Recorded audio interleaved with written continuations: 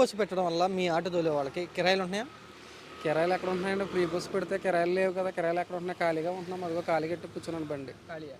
ఉమ్. ఎక్కడ bus లేకముందు bus లేకముందు service ఉంటుంది. 400, 500, ఒక 700, 800 కూడా చేసుకునేవారు.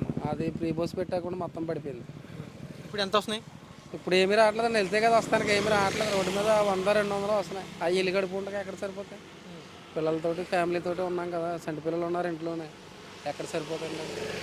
కిస్తీ కట్టాలి. కిస్తీ కట్టాలి. నెలకు 6,250 రూపాయలు కట్టాలి.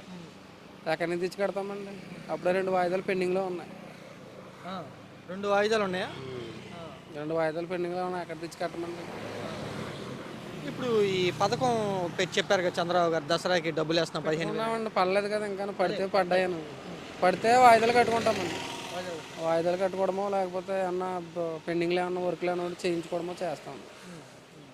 పడితే పడ్డాయని కూడా. పడ్డా కానీ సంవత్సరం అంతా కూర్చొని తినలేం కదండి.